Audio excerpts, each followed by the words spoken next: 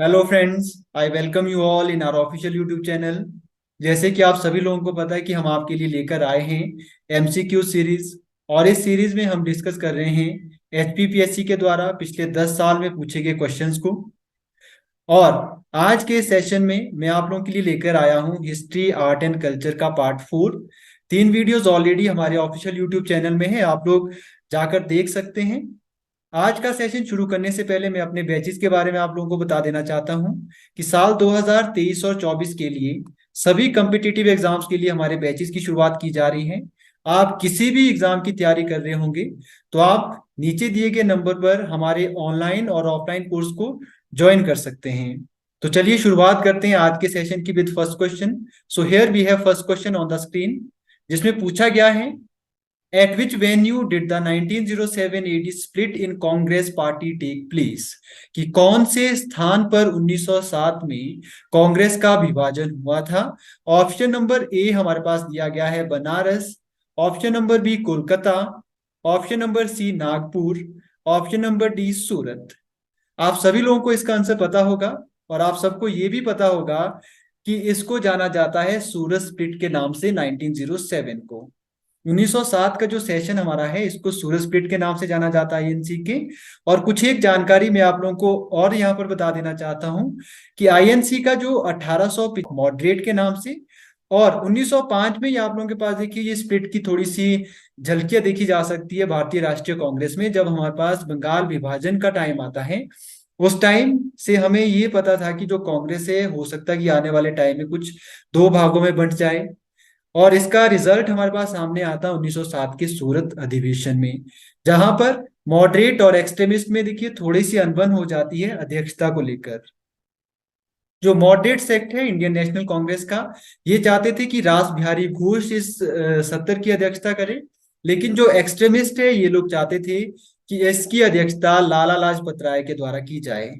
Lala Lajpat Rai back of कर जाते हैं और इस सेशन की अध्यक्षता आप लोगों के पास रास बिहारी घोष के द्वारा की जाती है। लेकिन इसके कॉन्सिक्वेंस क्या होते हैं कि कांग्रेस दो भागों में बंट जाती है, एक एक्सट्रीमिस्ट और दूसरा आप लोगों के पास मॉडरेट। लेकिन 1916 में आप लोगों के पास एक सेशन और होता है, लखनऊ सेशन। इस लखनऊ सेशन में आप लोगों के पास फिर से ये दोनों सेक्ट मॉडरेट और एक्सट्रीमिस्ट एक साथ आ जाते हैं और यहाँ पर आप लोगों के पास कांग्रेस फिर से जुड़ जाती है। तो आप सभी लोगों को आंसर पता चल गया होगा। देखते हैं इसका आंसर होगा हमारे पास ऑप्शन नंबर डी। तो चलिए ऑप्शन नंबर डी हमारे पास राइट आंसर है। चलते हैं नेक्स्ट क्वेश्चन की तरफ। यहां पर हमारे पास पूछा गया है who was the first Indian to declare that freedom is my birth right. आप सभी लोगों को यह आंसर भी पता होगा कि किसने कहा था कि स्वराज मेरा जन्म सिद्ध अधिकार है। ऑप्शन नंबर ए आपके पास दिया गया है Mahatma Gandhi, option number B बाल गंगाधर तिलक, ऑप्शन नंबर सी हमारे पास दिया गया है लाला लाजपत राय, ऑप्शन नंबर डी हमारे पास दिया गया है चंद्रशेखर आजाद। तो यहाँ पर राइट आंसर हमारे पास हो जाएगा ऑप्शन नंबर बी, बाल गंगाधर तिलक। बाल गंगाधर तिलक के बारे में अगर हम बात करें तो आप सभी लोगों को काफी चीजें पता होगी इनके बारे में, सभी लोग तैयारियां कर रहे होंगे। लेकिन कुछ एक चीजें मैं आप लोगों को बता देना चाहता हूं दैट जैसे कि इनका जन्म आप लोगों के पास होता है 23 जुलाई 1856 को, महाराष्ट्र में इनका जन्म होता है। और इनके द्वारा 1884 में स्थापना की जाती है दक्कन एजुकेशन सोसाइटी की। और इसके अलावा देखिए 1885 में इनके द्वारा स्थापना की जाती है फर्गुसन कॉलेज की, और ये कॉलेज की स्थापना की जाती है पंजाब में। एंड आफ्टर दैट इनके द्वारा शुरू किए गए थे दो इंपॉर्टेंट न्यूज़पेपर जो एग्जाम में बहुत बार पूछे जाते हैं। फर्स्ट वाज केसरी, और ये केसरी न्यूज़पेपर हमारे पास था मराठी लैंग्वेज में। Then we have second newspaper जिसका नाम था मराठा, और मराठा न्यूज़पेपर था न्यूज़पेपर ऑफ इंग्लिश लैंग्वेज। तो ये क्वेश्चन भी कई बार एग्जाम में पूछ लिया जाता है कि मराठा न्यूज़पेपर कौन सी भाषा में था और केसरी न्यूज़पेपर कौन सी भाषा में था। देन एक बुक लिखी गई है एक फेमस ब्रिटिश हिस्टोरियन के द्वारा जिसका नाम है Indian unrest.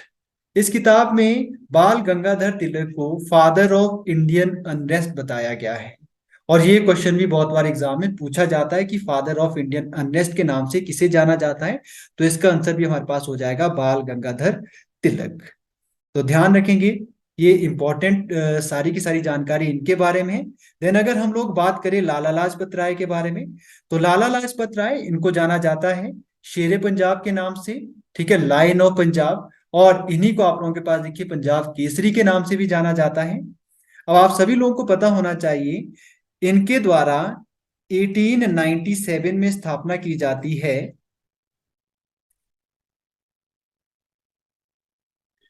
Hindu relief movement की। और ये इंपॉर्टेंट है, एग्जाम में क्वेश्चन पूछा जा सकता है। ये महात्मा गांधी के द्वारा चलाए गए असहयोग आंदोलन में आप लोगों के पास भाग लिया था।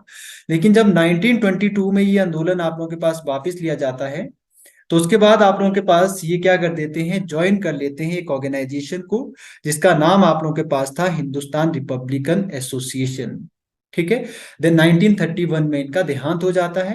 अब अगर हम लोग महात्मा गांधी की बात करें, तो महात्मा गांधी के बारे में देखिए अलग से हम लोग वीडियोस लेकर आएंगे, डिटेल में डिस्कस करेंगे, क्योंकि यहाँ से गांधीयन थॉट और फिलॉसफी से क्वेश्चन पूछ लिए जाते एग्जाम में। लेकिन आपको एक चीज बता देना चाहता हूँ कि जब ये हमारे पास वापिस आते हैं साउथ अफ्रीका से 9 जनवरी 1915 को, उस दिन को भारत में सेलिब्रेट किया जाता है एज आ एनआरआई डे, प्रवासी भारतीय दिवस। ये क्वेश्चन बहुत बार एग्जाम में पूछा जाता है। चलते हैं नेक्स्ट क्वेश्चन की तरफ, क्वेश्चन नंबर 3।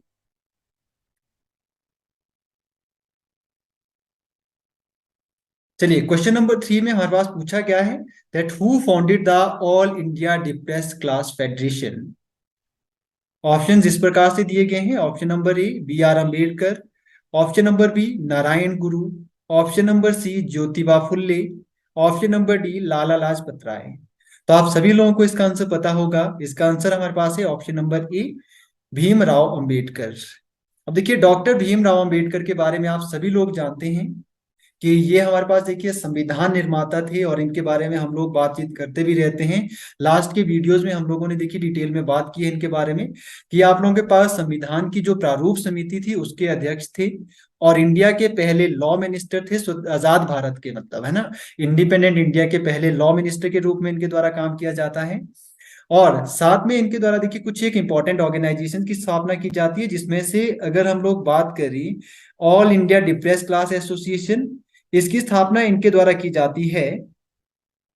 हमारे पास सेकंड ऑर्गेनाइजेशन आ जाती है जो इनके द्वारा स्थापना की जाती है, बहिष्कृत हितकारिणी सभा।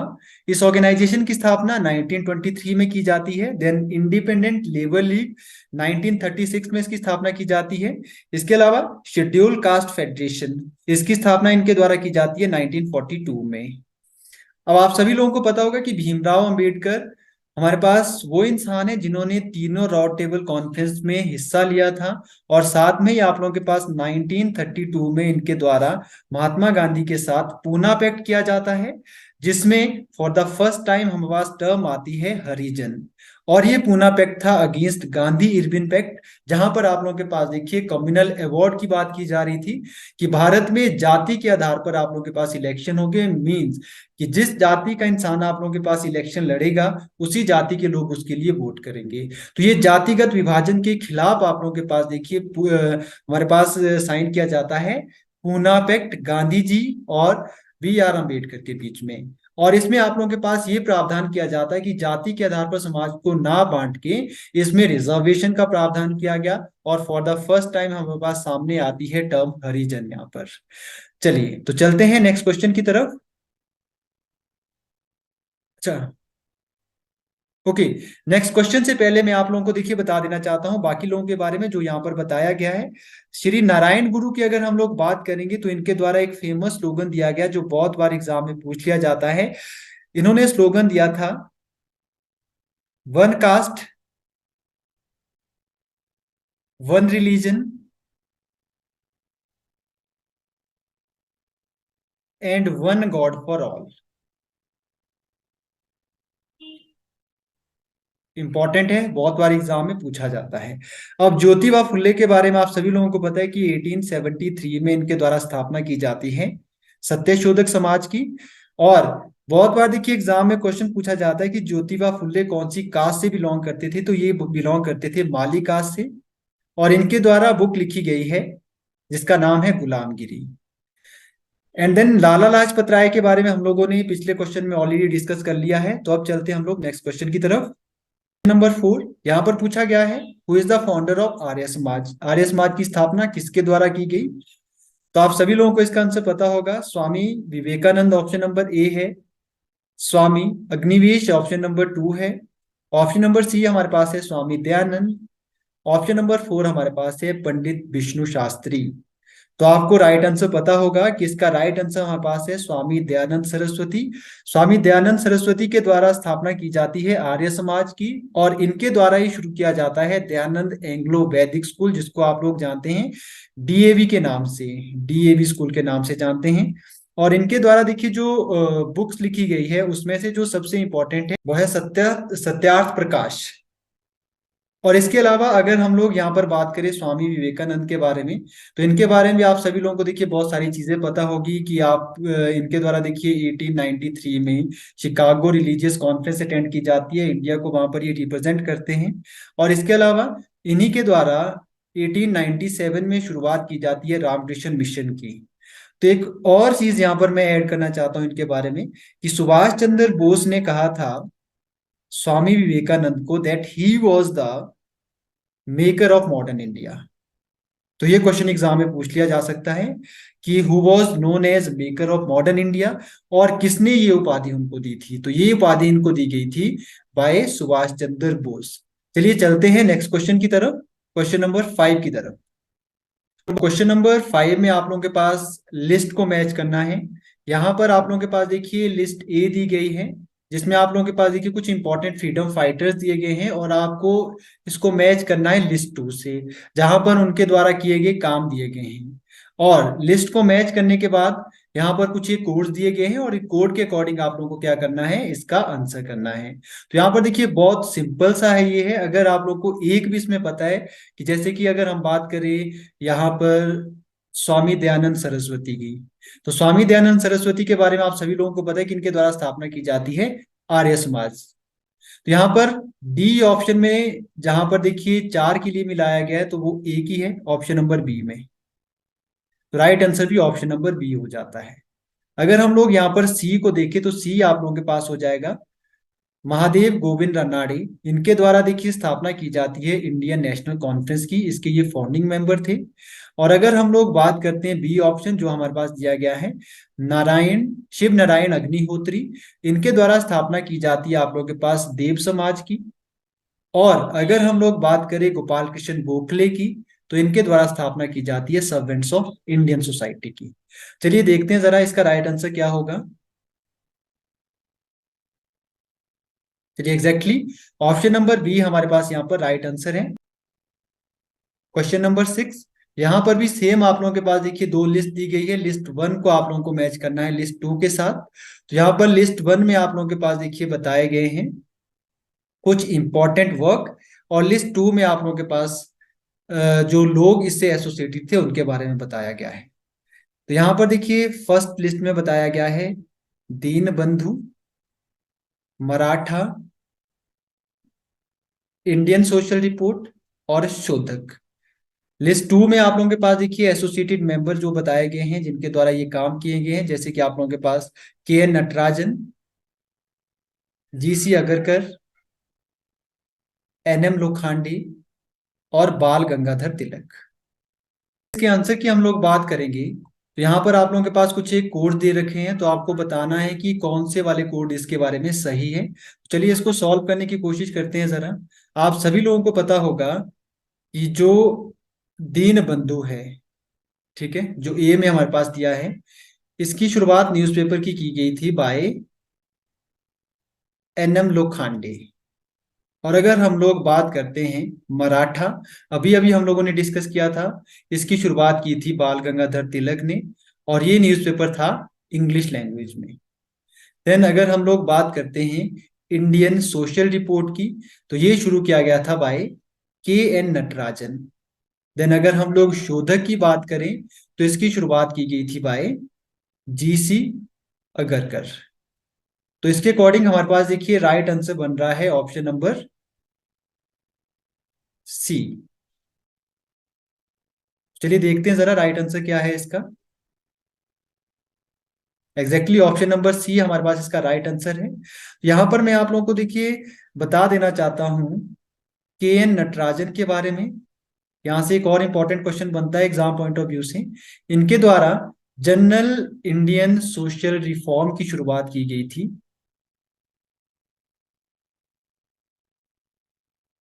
इंडियन सोशल रिफॉर्म, इसकी शुरुआत की गई थी 1990 में, 1990 में। तो ये सारी चीजें आप लोग ध्यान रखेंगे, बहुत बार एग्जाम में इस तरह के क्वेश्चन पूछ लिए जाते हैं तो इंपॉर्टेंट हो जाता है। चलते हैं नेक्स्ट क्वेश्चन की तरफ। क्वेश्चन नंबर 7 यहाँ पर पूछा गया है, who was the founder of Satyashodhak Samaj. बहुत सिंपल क्वेश्चन है। ऑप्शन नंबर ए बाल Gangadhar Tilak, option number B Jyotiba Phule, option number सी Narayan Guru, option number D हमारे पास बताया गया है डॉक्टर भीमराव अंबेडकर। तो आप सभी लोगों को पता होगा कि इसका राइट आंसर हमारे पास हो जाएगा ऑप्शन नंबर बी, ज्योतिबा फुल्ले। और इनके द्वारा आप लोगों के पास देखिए स्थापना की गई थी ज्योतिबा फुल्ले के द्वारा सत्यशोधक समाज की। और गुलामगिरी इनके द्वारा देखिए बुक लिखी गई है, फेमस बुक है, ध्यान रखेंगे, इंपॉर्टेंट है, बहुत बार एग्जाम में पूछी जाती है। और अगर हम लोग बाल गंगाधर तिलक की बुक्स की बात करें तो आप सभी लोगों को ये भी पता होगा कि इनके द्वारा लिखी गई थी आर्कटिक होम ऑफ वेदास। और सेकंड बुक इनके द्वारा लिखी गई थी गीता रहस्य, जो बहुत इंपॉर्टेंट है और बहुत बार एग्जाम में पूछी जाती है। नारायण गुरु के बारे में हम लोगों ने डिस्कस कर लिया, बी आर अम्बेडकर के बारे में डिस्कस कर ली, इंपॉर्टेंट बातें। अब चलते हैं नेक्स्ट क्वेश्चन की तरफ। क्वेश्चन नंबर 8 यहाँ पर पूछा गया है, where was the headquarter of Ghadar party. गद्दर पार्टी का हेडक्वार्टर कहाँ पर था। Option number A New York, option number B Los Angeles, option number C San Francisco, option number D London. आप सभी लोगों को इसका आंसर भी पता होगा। इसका आंसर हमारे पास हो जाएगा option number C San Francisco. ये हेडक्वार्टर था गद्दर पार्टी का। गद्दर पार्टी की स्थापना के बारे में अगर हम लोग बात करें तो इसकी स्थापना 1913 में की जाती है। लेकिन इसका नाम गद्दर पार्टी आप लोग के पास स्टार्टिंग में नहीं था। इसकी स्थापना की जाती है with the name of Pacific coast Hindustan association.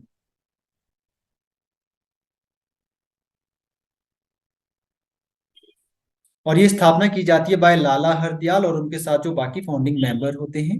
और यहाँ पर आप सभी लोगों को ये भी ध्यान रखना है कि गद्दर पार्टी के द्वारा एक न्यूज़पेपर की शुरुआत की गई थी जिसका नाम था गद्दर न्यूज़पेपर। और इस गद्दर न्यूज़पेपर की जो टैग लाइन हमारे पास थी वो थी अंग्रेजी राज का दुश्मन। अंग्रेजी राज का दुश्मन।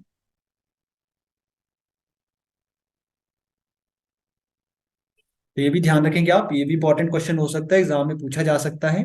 चलते हैं नेक्स्ट क्वेश्चन की तरफ। पास पूछा गया है, इंपॉर्टेंट क्वेश्चन है, ध्यान रखेंगे, बहुत बार एग्जाम में पूछा जाता है। यहाँ पर पूछा गया है कि जो डयार्की है, द्वैध शासन प्रणाली, है ना, यहाँ पर बताया गया है by which act was the system of dyarchy introduce during British rule in India. तो ऑप्शंस कुछ इस प्रकार से दिए गए हैं, Indian council act 1861, option number 2 government of India act 1919, option number C government of India act 1935, option number D हमारे पास बताया गया है गवर्नमेंट ऑफ इंडिया एक्ट 1909। चलिए सबसे पहले मैं आप लोगों को डीआरकी के बारे में बता देना चाहता हूँ कि होता क्या है। डीआरकी मतलब हमारे पास द्वैध शासन प्रणाली, दोहरी शासन प्रणाली। अगर हम लोग ऑफिशियल एक्ट की बात करें तो एक्ट के अकॉर्डिंग डीआरकी की शुरुआत ऑफिशियली की जाती है 1919 में ही। लेकिन इससे पहले आप लोगों के पास देखिए, जब बक्सर का युद्ध होता है 1764 में, तो उसके बाद 1765 में रॉबर्ट क्लाइव के द्वारा डीआरकी इंट्रोड्यूस की जाती है। कहां पर, बंगाल, बिहार और उड़ीसा, जहां की आप लोगों के पास उनको दीवानी राइट्स मिल जाते हैं। वहां पर वो करते क्या है बेसिकली, कि जो ये राइट्स है पूरे के पूरे लॉ एंड एडमिनिस्ट्रेशन के, इनको दो भागों में बांट देते हैं। एक दीवानी राइट्स और दूसरे हमारे पास होते हैं निजामत राइट्स। दीवानी राइट्स मीन्स कि रेवेन्यू से संबंधित टैक्स कलेक्शन करने के सारे अधिकार अंग्रेजों के पास रहेंगे। और जितना भी लॉ एंड ऑर्डर मेंटेन करने वाला था, निजामत राइट जिनको कहा जाता था, ये रखे गए बंगाल के नवाब के पास। और उसके बाद आप लोगों के पास आता है 1919 का अधिनियम। अब इस 1919 के अधिनियम में, जिसको हम लोग गवर्नमेंट ऑफ इंडिया एक्ट 1919 भी कहते हैं, इसके द्वारा जो प्रावधान किए गए हैं वो मैं आप लोग को बता देना चाहता हूं। इसके द्वारा देखिए फॉर द फर्स्ट टाइम क्या किया जाता है कि भारत के लिए में रिप्रेजेंटेशन आप लोगों के पास इंश्योर की जाती है इस एक्ट के द्वारा। और ये एक्ट हमारे पास इफेक्ट में आता है 1921 में। इस एक्ट को हमारे पास मॉन्टेग्यू चेम्सफोर्ड रिफॉर्म के नाम से भी जाना जाता है, आप सभी लोगों को पता होगा। डिटेल में हम लोग देखिए किसी और वीडियो में इसके बारे में बात करते हैं। चलते हैं नेक्स्ट, अगर हम लोग बात करें इंडियन काउंसिल एक्ट के बारे में, जो कि आया था 1861 में। इसको पहली बार आप लोगों के पास लॉ मेकिंग प्रोसेस में हिस्सा दिया गया कि अगर कोई भी कानून बन रहा है भारत के लिए तो उसमें भारतीयों की भागीदारी भी होगी। साथ में इसी एक्ट के द्वारा आप लोगों के पास लेजिस्लेटिव काउंसिल की स्थापना की जाती है for Bengal, Punjab and North West Frontier Province. इसी एक्ट के द्वारा आप लोगों के पास नॉमिनेट किया जाता है इंडियंस को फॉर वाइसरायज एग्जीक्यूटिव काउंसिल। ठीक है, तो ये ध्यान रखेंगे इसके बारे में, ये इंपॉर्टेंट है। अगर हम लोग भारत सरकार अधिनियम 1935 के बारे में बात करें तो ये आपको पता ही होगा कि इससे बहुत सारी चीजें हम लोगों ने अपने कॉन्स्टिट्यूशन में भी अडॉप्ट की है। तो यहाँ पर इसके द्वारा स्थापना की जाती है आरबीआई की, रिजर्व बैंक ऑफ इंडिया की। और आप सभी लोगों को पता है कि 1 अप्रैल 1935 को इसकी स्थापना की जाती है, और हर साल 1 अप्रैल को हम लोग सेलिब्रेट करते हैं एज आरबीआई डे। और इसके फर्स्ट गवर्नर हमारे पास थे sir Osborne Smith. Government of India act 1935 के बारे में हम लोग बात करेंगे किसी और वीडियो में, क्योंकि बहुत डिटेल में यहाँ से क्वेश्चन पूछ लिए जाते हैं, तो वहां पर इसको हम लोग अच्छे से कवर करेंगे। देन हमारे पास नेक्स्ट आ जाता है 1909 का एक्ट, जिसको हम लोग कहते हैं Morley Minto reform. Morley Minto reform के द्वारा भारत में फॉर द फर्स्ट टाइम बात की जाती है कम्युनल इलेक्टोरल की। मान लीजिए कि किसी भी धर्म का इंसान अगर हमारे पास इलेक्शन लड़ता है तो उसी धर्म के लोग उसको वोट करेंगे। तो इसमें कम्युनल या सेपरेट इलेक्टोरल दिया गया फॉर मुस्लिम कम्युनिटी, कि अगर कोई मुस्लिम इलेक्शन लड़ता है तो उसके लिए वोट भी सिर्फ मुस्लिम के द्वारा किए जाएंगे। चलते हैं नेक्स्ट क्वेश्चन की तरफ।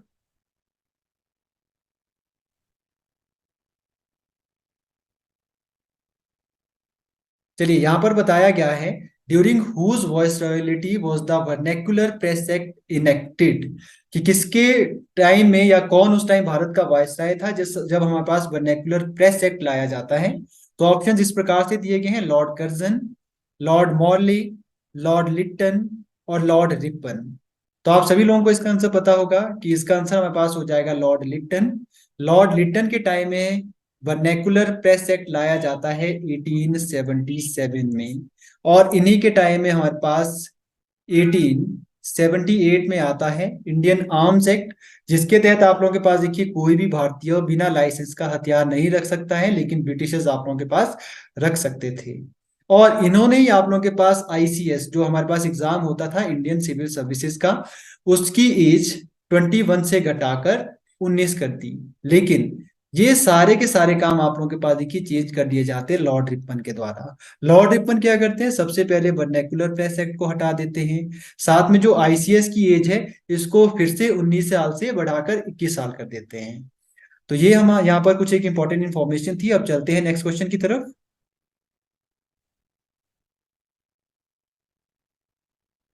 क्वेश्चन नंबर 11, यहाँ पर भी अगेन आप लोगों के पास सेम उसी तरह की दो लिस्ट दी गई है, लिस्ट 1 एंड लिस्ट 2।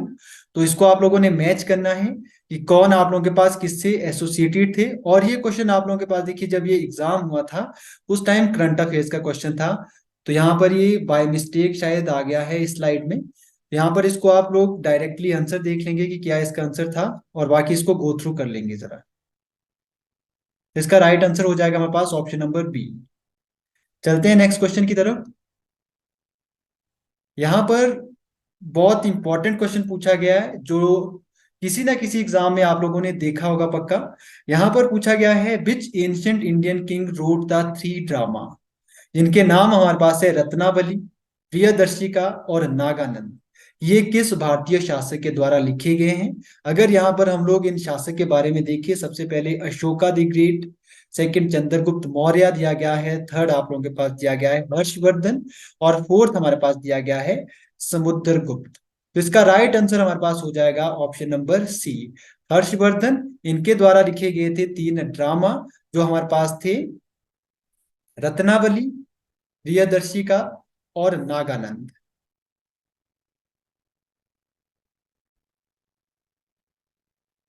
चलिए, यहाँ पर अगर हम लोग देखिए भारत के इन महान शासकों के बारे में कुछ एक जानकारी लेना चाहें तो आपको मैं सबसे पहले बता देना चाहता हूँ अशोका के बारे में। मौर्यन साम्राज्य के राजा थे, है ना, मौर्यन फेमस किंग थे ये। अगर हम लोग यहाँ पर भारत के इन महान राजाओं के बारे में बात करें तो सबसे पहले हमारे पास आ जाएंगे अशोका द ग्रेट, जो हमारे पास मौर्य सम्राट बिंदुसार के बेटे थे। और ये आप लोगों के पास देखिए सिंहासन पर बैठते हैं 269 बीसी में। ठीक है। और ध्यान रखेंगे 261 बीसी में आप लोगों के पास ये फेमस वॉर लड़ते हैं जिसको आप लोगों के पास जाना जाता है कलिंगा वॉर के नाम से। और कलिंग युद्ध लड़ने के बाद ये क्या कर देते हैं, वॉरफेयर की पॉलिसी को छोड़ देते हैं, क्योंकि यहाँ पर भारी आप लोगों के पास नुकसान हो जाता है, बहुत सारे लोग मारे जाते हैं, जिससे इनका हृदय परिवर्तित हो जाता है और ये अडॉप्ट कर लेते हैं बौद्धिज्म को। अब देखिए बौद्धिज्म की शिक्षा इनको दी जाती है, फेमस जो बौद्ध भिक्षु उस टाइम के होते हैं उपगुप्त, है ना, वो इनका कन्वर्जन करते हैं बौद्धिज्म में। अब अशोक पूरे दुनिया में बौद्धिज्म का प्रचार प्रसार करना चाहते हैं, जिसके लिए अपने बेटे महेंद्र और संघमित्रा को भी ये छोड़ते हैं बौद्धिज्म का प्रचार करने के लिए टुवर्ड्स श्रीलंका। और ध्यान रखेंगे कि श्रीलंका पहली ऐसी कंट्री थी जहां पर भारत से बाहर पहली बार बौद्धिज्म गया था। ठीक है, उसके बाद देखिए बाकी जो नेबरिंग कंट्री है वहां तक हमारे पास बौद्धिज्म जाता है। और अशोक ने बहुत सारे स्तूप हमारे पास बनाए, बहुत सारे देखिए रॉक एडिक्ट्स है, इनके टाइम के पिलर एडिक्ट्स है। और इनके एडिक्ट्स को पढ़ने में सबसे पहले सफलता हासिल की थी जेम्स प्रिंसिप ने 1837 में, 1837 में पहली बार इनके अभिलेख पढ़े गए थे जेम्स प्रिंसिप के द्वारा। देन अगर हम लोग बात करें सेकंड शासक की, ये आप लोग के पास है चंद्रगुप्त मौर्य। मौर्य साम्राज्य के ही महान शासक हुए हैं और इनके द्वारा ही आप लोग के पास मौर्य साम्राज्य की नींव रखी जाती है with the help of Chanakya, जिनको विष्णुगुप्त और कौटिल्य के नाम से भी जाना जाता है। ये आप लोगों के पास नंद एम्पायर को खत्म करके शुरू करते हैं मौर्यन एम्पायर मगध में। अब ध्यान रखेंगे आप लोग कि इनके टाइम में चाणक्य के द्वारा लिखी जाती है अर्थशास्त्र, और इन्हीं के बारे में कुछ एक इंपॉर्टेंट बुक्स और लिखी जाती है, जिसमें से आप लोगों के पास देखिए विशाख दत्त की मुद्रा राक्षस है। ठीक है, जिससे हमें मौर्यन एम्पायर के बारे में कुछ एक जानकारी मिलती है। चलिए अब बात करते हैं नेक्स्ट रूलर की, जिसमें हमारे पास है हर्षवर्धन। ये हमारे पास पुष्यभूति वंश के राजा हुए हैं और इनके समय में famous Chinese traveller Hiuen Tsang Bharat आते हैं, जिनको आप लोगों के पास कहा जाता है प्रिंस ऑफ ट्रेवलर्स। और बाकी इनके बारे में हम लोगों ने देख ही लिया कि इनके टाइम में आप लोगों के पास देखिए रत्नावली, प्रियदर्शिका और नागनंद की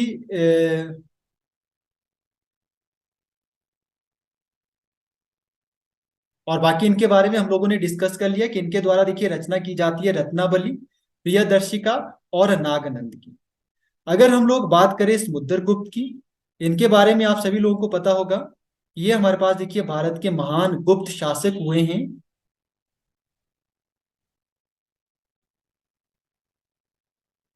जिनके कोर्ट पोएट हमारे पास हरिसेन थे।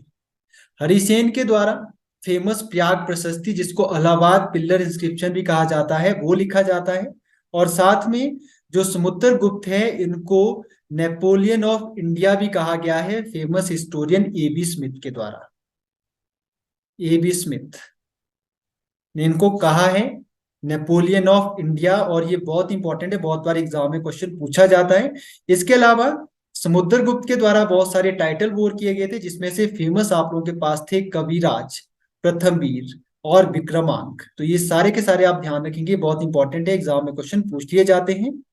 चलते हैं हम लोग नेक्स्ट क्वेश्चन की तरफ। यहाँ पर भी हमारे पास देखिए दो लिस्ट दी गई है, लिस्ट वन को मैच करना है लिस्ट टू से। यहाँ पर कुछ फेमस बुक्स बताई गई है और उसके राइटर बताए गए हैं, तो आपको इसको मैच करना है। और मैच करने के लिए आप लोगों के पास यहाँ पर कोड दे रखे हैं, तो चलिए कोशिश करते हैं जरा इसको मैच करने की। तो विशाख दत्त, अभी अभी हम लोगों ने बात की, इनके द्वारा रचना की गई है मुद्रा राक्षस की। ठीक है, मुद्रा राक्षस जो तीन में आप लोगों के पास है। तो यहाँ पर देखिए पूरा का पूरा आंसर हमारे सामने आ गया। एक ही ऑप्शन में आप लोगों के पास देखिए इस तरह का दिया गया है, जहां पर ए आप लोगों के लिए तीन के पास जा रहा है। देन हमारे पास देखिए सेकंड, अगर हम बी की बात करें, यहाँ पर बताया गया है सुबंधु, इनके द्वारा स्थापना की गई है बसावन दत्ता की। देन हमारे पास थर्ड दिया गया है दिन दिन, और इनके द्वारा आप लोगों के पास रचना की गई है दश कुमार चरित्र की। देन एक बच गया हमारे पास बाण भट्ट, इनके द्वारा स्थापना की गई है हर्षचरित की। अब देखिए विशाख दत्त के द्वारा एक और भी फेमस बुक लिखी गई है जो बहुत बार एग्जाम में पूछी जाती है, जिसका नाम हमारे पास है देवी चंद्रगुप्तम। देवी चंद्रगुप्तम। और बाकी सभी लोगों की किताबें हम लोगों ने देख ली है। यहाँ पर बाण भट्ट के द्वारा देखिए हर्षचरित के अलावा एक और फेमस बुक लिखी गई है कदम्बरी, जो बहुत बार एग्जाम में पूछी जाती है। तो ये सारी चीजें आप ध्यान रखेंगे, इंपॉर्टेंट है। चलते हैं नेक्स्ट क्वेश्चन की तरफ। उससे पहले यहाँ पर इसका आंसर देख लेते हैं जरा। बिल्कुल सही हम लोगों ने डिकोड किया था, ऑप्शन नंबर बी हमारे पास राइट आंसर हो जाएगा। नेक्स्ट क्वेश्चन यहाँ पर दिया गया है, हु बिल्ट ओल्ड फोर्ट, जिसको पुराना किला भी कहा जाता है दिल्ली में, इसका निर्माण किसके द्वारा किया गया था? Option number A Sher Shah, option number B Jahangir, option number C Shah Jahan, option number D Akbar. तो इसका राइट आंसर हमारे पास option number A Sher Shah हो जाएगा। इनके द्वारा दिल्ली में पुराना किला बनाया गया था। अगर हम लोग शेरशाह के बारे में बात करते हैं तो आप सभी लोगों को पता होगा कि इनका जो ओरिजिनल नेम है शेरशाह का वो था फरीद। फरीद। बहुत बार एग्जाम में क्वेश्चन पूछ लिया जाता है। यहाँ पर देखिए इनके एडमिनिस्ट्रेशन की कुछ एक इंपॉर्टेंट टर्म्स है जो पता होनी चाहिए, एग्जाम में पूछ ली जाती है। जैसे कि आप लोगों के पास इनका जो फेमस ऑफिसर थे या इंपॉर्टेंट ऑफिसर थे उनमें सबसे टॉप में था सिकदार। ये होता था highest officer of military. Then second number में हमारे पास आता था आमीन, ये होता था officer of land revenue. Then third हमारे पास था फतेहदार, ये ऑप्शन होता ऑफिसर होता था ट्रेजरी का, खजांची जिसको कहा जाता है। देन हमारे पास नेक्स्ट आता है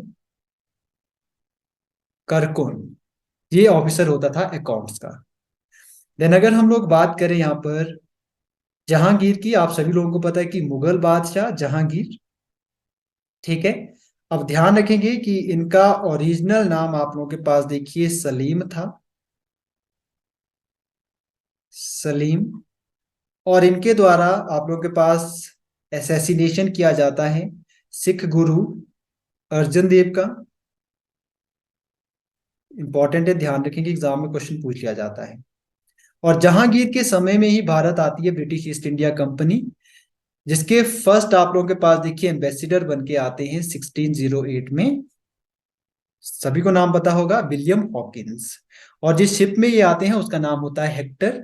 और ये चाहते हैं कि सूरत में इनको परमिशन मिले फैक्ट्री खोलने की, लेकिन जहांगीर इनको परमिशन नहीं देते हैं। जहांगीर इनको ऑफर करते हैं कि आप हमारे दरबार में आकर नौकरी कर लीजिए, क्योंकि इनको फारसी भाषा बहुत अच्छे से आती थी।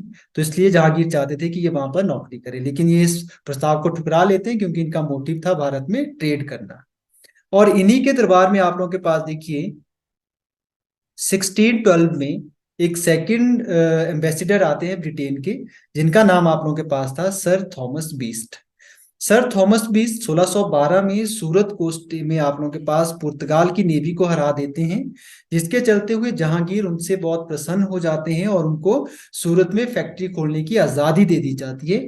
तो ब्रिटिशर्स की सूरत में पहली फैक्ट्री खुलती है 1613 में। ध्यान रखेंगे, बहुत इंपॉर्टेंट क्वेश्चन है, बहुत बार ये एग्जाम में पूछा जाता है। देन अगर हम लोग बात करें शाहजहां की, आप सभी लोगों को पता होगा कि शाहजहां के द्वारा बनाया जाता है ताजमहल। और इन्हीं के टाइम में बनाया गया है भारत का फेमस पीकॉक थ्रोन, जिसको मयूर सिंहासन के नाम से भी जाना जाता है।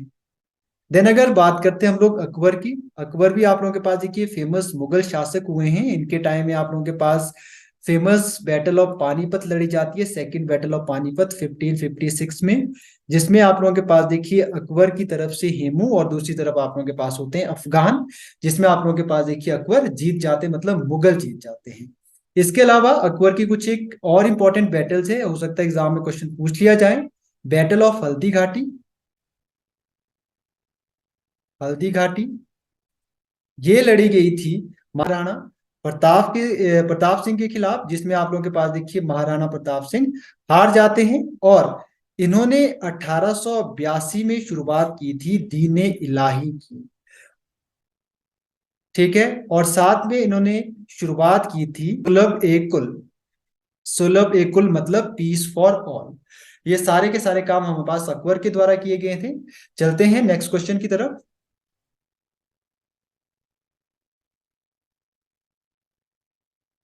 क्वेश्चन नंबर 15 यहां पर पूछा गया है, in 19th century Moplah peasant revolt against the tyranny of which of the following, कि किसके अत्याचारों के खिलाफ आप लोगों के पास 19वीं शताब्दी में फेमस मोपला आंदोलन होता है।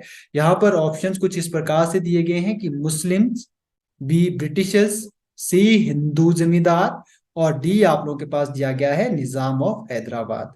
तो इसका राइट आंसर आप लोगों के पास हो जाएगा सी, कि हिंदू जमींदार। हिंदू जमींदार के खिलाफ आप लोगों के पास देखिए ये उग्र आंदोलन चलाया गया था बेसिकली 1920 में केरला में।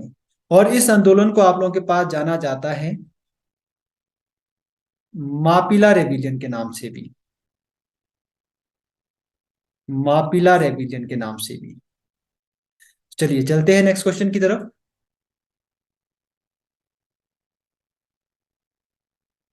यहाँ पर भी आप लोगों के पास देखिए दो लिस्ट दी गई है। एक तरफ आप लोगों के पास देखिए ब्रिटेन से आई हुई कुछ एक कंपनीज के बारे में, और दूसरी तरफ उनकी सेटलमेंट के बारे में बताया गया है कि कहाँ कहाँ पर इनकी सेटलमेंट थी भारत में। और फिर आपको देखिए नीचे जो ये कोड दिए गए हैं इनके अकॉर्डिंग आपको आंसर करना है।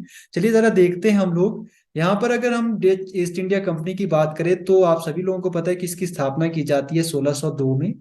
अगर ब्रिटिश ईस्ट इंडिया कंपनी की बात करें तो इसकी स्थापना की जाती है 1600 में। अगर हम लोग पुर्तगीज ईस्ट इंडिया कंपनी की बात करें तो ये लोग भारत आ तो पहले गए थे। आप सभी लोगों को पता होगा कि 1498 में वास्को डी गामा भारत आ जाते हैं, और आप लोगों के पास 1502 में ये ट्रेड करना शुरू कर देते हैं इंडिया में। और ये हमारे पास फर्स्ट यूरोपियन ट्रेडर होते हैं जो भारत आते हैं, और सबसे बाद में जाने वाले ट्रेडर होते हैं ये जो भारत से जाते हैं। 1961-62 में ये जाते हैं, जो आप लोगों के पास गोवा दमन और दीव वाला एरिया था वहां पर इनका कब्जा था बेसिकली। तो भारत में ये गवर्नर जनरल बनाना शुरू कर देते 1505 से। तो हम लोग यहाँ पर मान सकते हैं कि जब से इनकी फैक्ट्री शुरू हो गई थी 1502, तब से ये भारत में आ गई थी। फ्रेंच ईस्ट इंडिया कंपनी की बात करें तो ये भारत आने वाली अंतिम यूरोपियन कंपनी थी जिसकी स्थापना की जाती है 1664 में। अब इनकी इंपॉर्टेंट सेटलमेंट की अगर हम लोग बात करें, सबसे पहले हमारे पास आ जाएगा Dutch east India company. Dutch east India company की जो इंपॉर्टेंट सेटलमेंट आप लोगों के पास थी पुलिकट। ये जगह आप लोगों के पास है तमिलनाडु में आज की डेट की। और अगर हम लोग ईस्ट इंडिया कंपनी की इंपॉर्टेंट सेटलमेंट कौन सी थी, तो यहाँ पर हमारे पास इनकी इंपॉर्टेंट सेटलमेंट थी बुगली। ये बुगली नहीं है, वैसे ये मिसप्रिंट है, ये हुगली है। और पुर्तगीज की इंपॉर्टेंट सेटलमेंट हमारे पास आ जाएगी गोवा। और अगर हम लोग बात करें फ्रेंच ईस्ट इंडिया कंपनी तो इनकी इंपॉर्टेंट सेटलमेंट हमारे पास आ जाएगी चिंसुरा। तो ध्यान रखेंगे। तो इस तरह से हमारा इसका राइट आंसर हो जाएगा ऑप्शन नंबर सी। चलते हैं नेक्स्ट क्वेश्चन की तरफ। यहाँ पर अगेन आप लोगों के पास देखिए लिस्ट दी गई है, दो लिस्ट दी गई है। एक लिस्ट को आपने मैच करना है लिस्ट नंबर 2 के साथ।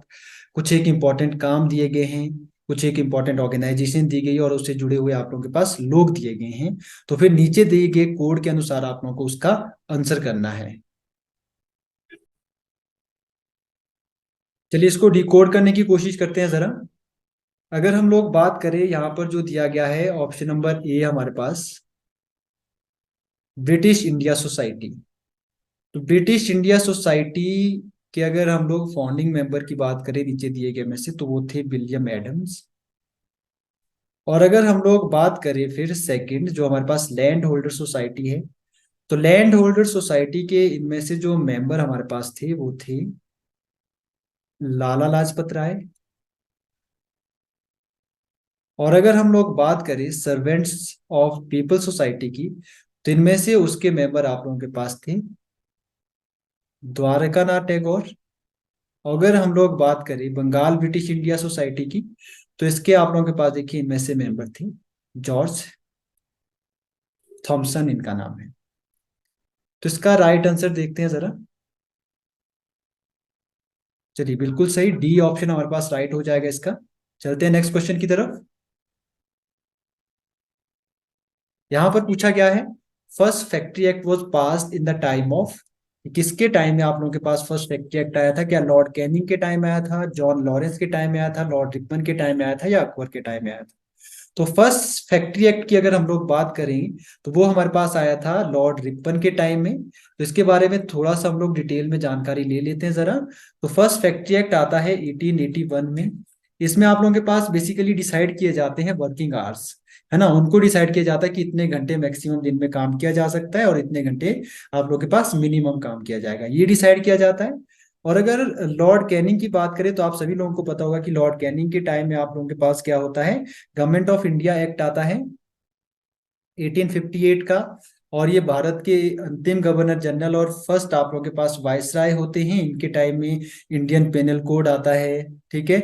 और इनके टाइम में आप लोगों के पास ब्रिटिश ईस्ट इंडिया कंपनी से आप लोगों के पास एडमिनिस्ट्रेशन लिया जाता है और भारत का एडमिनिस्ट्रेशन देखा जाता है ब्रिटिश क्राउन के द्वारा। जॉन लॉरेंस के बारे में बात करें तो जॉन लॉरेंस आप लोगों के पास देखिए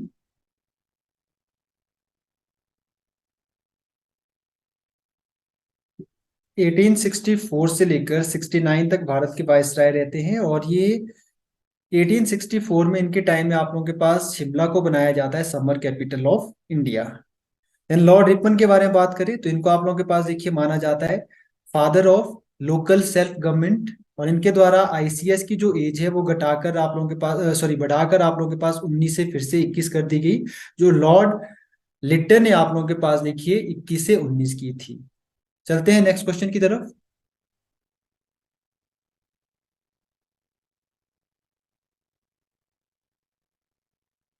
यहां पर पूछा गया है, who of the following does not represents the nationalist critic of the colonial economy. इसमें से आप लोगों के पास देखिए औपनिवेशिक अर्थव्यवस्था की आलोचना नहीं करता था। Option number A B R Ambedkar, option number B Dadabhai Naoroji, option number C R Dutt, option number D आप लोगों के पास दिया गया है सच्चिदानंद सिन्हा।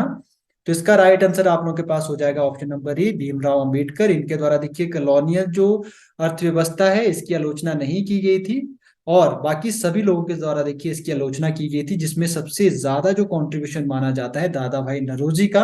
इन्होंने एक फेमस बुक भी लिखी है जिसका नाम आप लोगों के पास है poverty and British rule of India. इस बुक में इन्होंने एक थ्योरी दी थी डाउनवर्ड फिल्ट्रेशन थ्योरी। और उस थ्योरी में आप लोगों के पास देखिए ये बताया गया था कि भारत की जो वेल्थ है उसको किस तरह से ड्रेन किया जा रहा है टूवर्ड्स वेस्ट। चलते हैं नेक्स्ट क्वेश्चन की तरफ।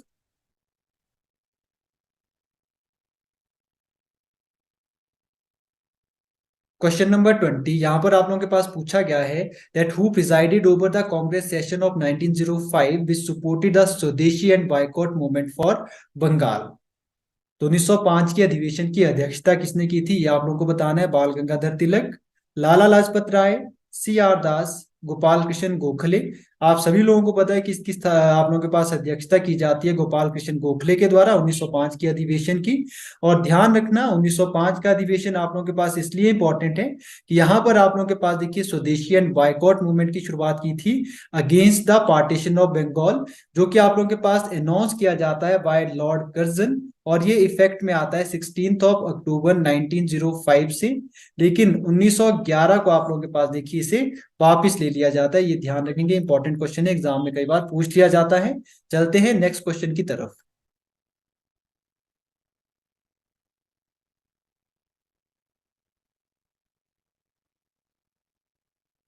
चलिए नेक्स्ट क्वेश्चन आप लोगों के पास पूछा गया है, what was the name given to the headquarter of Ghadar party in USA. USA में जो गद्दर पार्टी का हेडक्वार्टर था उसका नाम क्या था? ऑप्शन नंबर ए आप लोगों के पास बताया गया है देशांतर आश्रम, ऑप्शन नंबर बी युगांतर आश्रम, गद्दर आश्रम एंड भारत आश्रम। आप सभी लोगों को पता है कि इसका आप लोगों के पास नाम था युगांतर आश्रम। और गद्दर पार्टी के बारे में हम लोगों ने ऑलरेडी डिस्कस कर लिया है इसी वीडियो में, तो वहां पर हम लोगों ने सारी चीजें इंपॉर्टेंट बता दी है। चलते हैं नेक्स्ट क्वेश्चन की तरफ। क्वेश्चन नंबर 22 यहाँ पर पूछा गया है, when was the first walkout organized in the legislative council during the colonial period। कि पहला वॉकआउट कब आयोजित किया गया औपनिवेशिक काल में? 1901, 1902, 1904 और 1905। तो ये आप लोगों के पास ऑर्गेनाइज किया गया था 1901 में। ऑप्शन नंबर ए आप लोगों के पास राइट आंसर हो जाएगा। चलते हैं नेक्स्ट क्वेश्चन की तरफ। ऑप्शन नंबर क्वेश्चन नंबर 23 यहाँ पर पूछा गया है कि Curzon Wyllie was killed in London by, कि कर्जन विली की हत्या किसके द्वारा की गई थी? Ras Bihari Bose, option number B Ajit Singh, option number C Madan Lal Dhingra, option number D Khudiram Bose. आप सभी लोगों को इसका राइट आंसर पता है। इसका राइट आंसर हो जाएगा ऑप्शन नंबर सी। इनका नाम है मदन लाल ढींगरा। ये आप लोगों के पास देखिए प्रिंटिंग मिस्टेक है, तो मदन लाल ढींगरा आप लोगों के पास हो जाएगा राइट आंसर। मदन लाल है। तो चलिए एक एक करके अगर इन सभी लोगों के बारे में हम लोग बात करें, मदन लाल ढींगरा के बारे में अगर बात करें, तो ये फेमस फ्रीडम फाइटर हमारे पास हुए हैं पंजाब के। और ये आप लोगों के पास देखिए इंडियन होम रूल सोसाइटी से जुड़े हुए थे। और 1 जुलाई 1909 को इनके द्वारा देखिए मारा जाता है कर्जन वेली को, लंदन में ही, ध्यान रखेंगे। और अगर हम लोग बात करते हैं रास बिहारी बोस की, आप सभी लोगों को पता है he was founding member of Azad Hind Fauj, जो आप लोगों के पास देखिए बाद में जिसके हेड बन जाते हैं सुभाष चंद्र बोस। देन अगर हम लोग बात करते हैं अजीत सिंह की, तो अजीत सिंह ये थे अंकल ऑफ भगत सिंह, और इनके द्वारा एक मूवमेंट चलाया गया था, वेरी वेरी इंपॉर्टेंट, बहुत बार एग्जाम में पूछा जाता है, जिसका नाम था पगड़ी संभाल जट्टा मूवमेंट। ये स्टार्ट किया गया था अजीत सिंह के द्वारा। मदन लाल ढींगरा के बारे में हम लोगों ने कर लिया।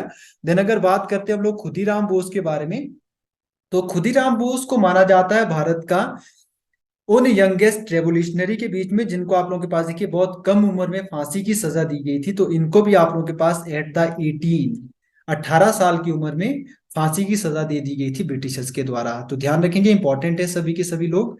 चलते हैं नेक्स्ट क्वेश्चन की तरफ। क्वेश्चन नंबर 24 यहाँ पर पूछा गया है, of the following who was not a member of interim government of 1946, कि नीचे दिए गए जो आप लोगों के पास देखिए सदस्य है, आपको बताना है कि कौन इसमें से जो भारत में जो अंतरिम सरकार बनाई गई थी 1946 में, उसका सदस्य नहीं था। क्या सरदार वल्लभ भाई पटेल, सेकंड आप लोगों के पास जगजीवन राम, थर्ड आप लोगों के पास दिया गया है बलदेव सिंह, फोर्थ आप लोगों के पास दिया गया है बी आर अम्बेडकर। तो इसके सदस्य आप लोगों के पास बी आर अम्बेडकर नहीं थे। चलिए, तो अगर हम लोग यहाँ पर इंटरिम गवर्नमेंट ऑफ 1946 की बात करें, तो यहाँ पर कुछ एक इंपॉर्टेंट पोर्टफोलियोज में आपको बताना चाहता हूँ, क्योंकि यहाँ से क्वेश्चन पूछ लिए जाते हैं एग्जाम में। तो सबसे पहले अगर जवाहरलाल नेहरू की बात करें, तो जवाहरलाल नेहरू यहाँ पर वाइस प्रेसिडेंट थे, और साथ में आप लोगों के पास अध्यक्ष बनाया गया था इनको कॉमनवेल्थ रिलेशन का। इंपॉर्टेंट है, बहुत बार एग्जाम में क्वेश्चन पूछा जाता है। तो जैसे यहाँ पर आप लोगों के पास सरदार पटेल दिया गया, सरदार पटेल हमारे पास थे होम मिनिस्टर उस टाइम। और यहीं पर आप लोगों के पास देखिए जैसे दिया गया है बलदेव सिंह, तो ये आप लोगों के पास थे डिफेंस मिनिस्टर। बहुत बार एग्जाम में क्वेश्चन पूछ लिया जाता है, वेरी वेरी इंपॉर्टेंट। इसके अलावा कुछ एक इंपॉर्टेंट और भी हमारे पास है, जैसे कि आप लोगों के पास राजेंद्र प्रसाद, इनको दिया गया था एग्रीकल्चर। और अगर हम लोग बात करें फर्स्ट लॉ मिनिस्टर जो आप लोगों के पास थे इंटरम गवर्नमेंट के, उनका नाम आप लोगों के पास था जोगेंद्र नाथ मंडल। एजुकेशन मिनिस्टर हमारे पास थे सी राजगोपालाचारी। और अगर बात करें फाइनेंस मिनिस्टर की, तो वो हमारे पास थे लियाकत अली खान। तो ये सारे के सारे इंपॉर्टेंट पोर्टफोलियो आपको पता होने चाहिए इंटरम गवर्नमेंट ऑफ 1946 के, बहुत बार एग्जाम में पूछे जाते हैं। चलते हैं नेक्स्ट क्वेश्चन की तरफ। क्वेश्चन नंबर 25 यहाँ पर पूछा गया है कि 25 में पूछा गया है रहनुमाई मजद्यासन जो आप लोगों के पास सभा है, ये रिप्रेजेंटेड थी, आप लोगों के पास एक रिफॉर्म था, मूवमेंट था। आप सभी लोगों को बताना है कि कौन से सेक्ट के बीच में चलाया गया ये आंदोलन था।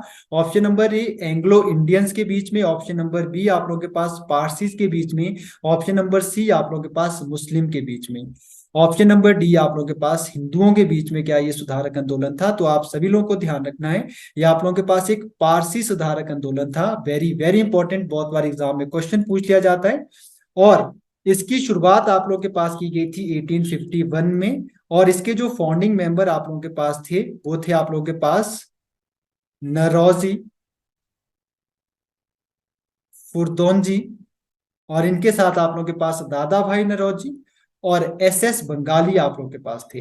और पारसियों में आप लोगों के पास देखिए स्पिरिचुअलिटी या पारसी धर्म सुधार की भावना लाने के लिए इसके द्वारा एक न्यूज़पेपर की शुरुआत की गई थी, जिसका नाम आप लोगों के पास था